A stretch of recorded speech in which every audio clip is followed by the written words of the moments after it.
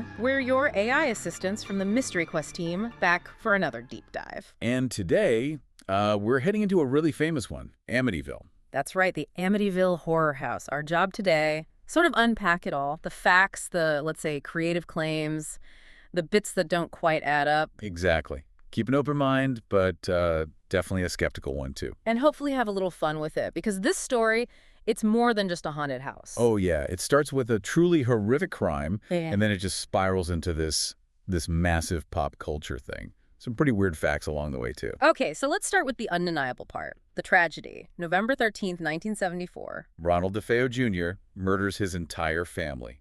Parents, 2 brothers, 2 sisters, in their beds. Okay.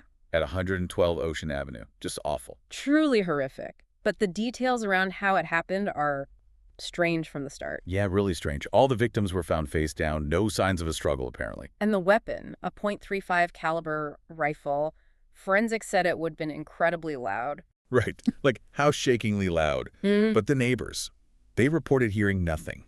0. How is that even possible? It makes no sense. Exactly. And then you have DeFeo Jr. himself. His stories were all over the place. Weren't they just, first he claimed he drugged them. But the autopsies came back negative. No drugs found. Then it was, a demon gave him the gun, something about a red hood. Yeah, that was one version. Then he blamed his sister Dawn, said maybe an accomplice was involved. Later, he said it was an accident during a struggle with Dawn over the rifle. And his lawyer even hinted that, maybe a good haunting story could help with an insanity plea. It really muddies the water from day one, doesn't it? It sets the stage for, well, everything that came next. Which brings us to the Lutzes, George and Kathy. Right. Just over a year later, December 75. They move in with their 3 kids, the dog Harry. Knowing the house's history, they buy it for about $80,000.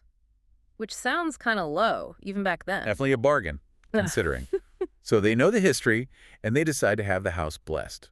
Enter Father Pecoraro, or Father Mancuso, depending on if you read the book or later accounts. The story goes, he's blessing the house, goes into this second-floor sewing room. And bam! Invisible slap, apparently, and a voice yelling, "Get out!" That's the claim. Plus, later he supposedly got a high fever, weird blisters like stigmata. Though his own accounts of that day varied quite a bit over time. So that's the kickoff. And then the reported haunting just ramps up, right? For 28 days. Oh, yeah. It's like a greatest hits of paranormal phenomena. Yeah. George Lutz waking up every night at 3:15 a.m. Supposedly the time of the DeFeo murders. Right. Then there's green slime, or maybe black slime, oozing from walls. Strange smells. Doors slamming. Objects moving on their own. Didn't they mention a ceramic lion? Yeah, throwing it out and it reappearing. Claims of levitation, a weird red room in the basement. And probably the most famous bit, Jody. Ah, Jody the pig. The youngest daughter Missy's imaginary friend, who apparently looked like a giant pig with glowing red eyes. Creepy. And there's that photo later, right? The infrared one from an investigation. Yeah, allegedly showing a demonic boy peeking around a corner. Missy supposedly said, "That's Jody." Though that photo was pretty much identified later as one of the investigators just moving around. So after just 28 days of this chaos, they flee, leave everything, furniture, clothes, everything. Claiming the phenomena followed them. It's such a dramatic exit. Okay, so that's the story that became famous. But then comes the skepticism, and there's a lot of it. A lot. You have Ed and Lorraine Warren, the famous paranormal investigators, getting involved. Yeah. Which lent it some credibility for believers. But critics weren't convinced. I remember reading that one of the original DeFeo case investigators called the Warrens scam artists. Pretty harsh. Yeah, accusing them of sensationalizing things. There's even that rumor, that Ed Warren told Jay Anson, the author of the book, to basically just make it scary. We don't know if that's true, but the rumor persists. And then there's the bombshell from DeFeo Jr.'s own lawyer, William Weber. Right. Weber claimed he, George, and Kathy essentially invented the whole haunting story. His words were something like, "over many bottles of wine." Wow. For profit, presumably. That was the implication. And add to that, every owner after the Lutzes, they reported 0 ghosts, nothing paranormal. Just lots of tourists and people snooping around, right? They had to change the house number, even change those famous quarter-round windows, the evil eyes. Exactly. And remember the stories of cloven hoof prints in the snow? Oh, yeah. How did that hold up? Debunked. Yeah. There was no snow on the day they supposedly saw them. Little details like that kept cropping up. Yet, despite all this, the story just exploded. Totally exploded. Jay Anson's book in '77 was a bestseller. The 1979 movie was a huge hit, even with mixed reviews. Stephen King had an interesting take, didn't he?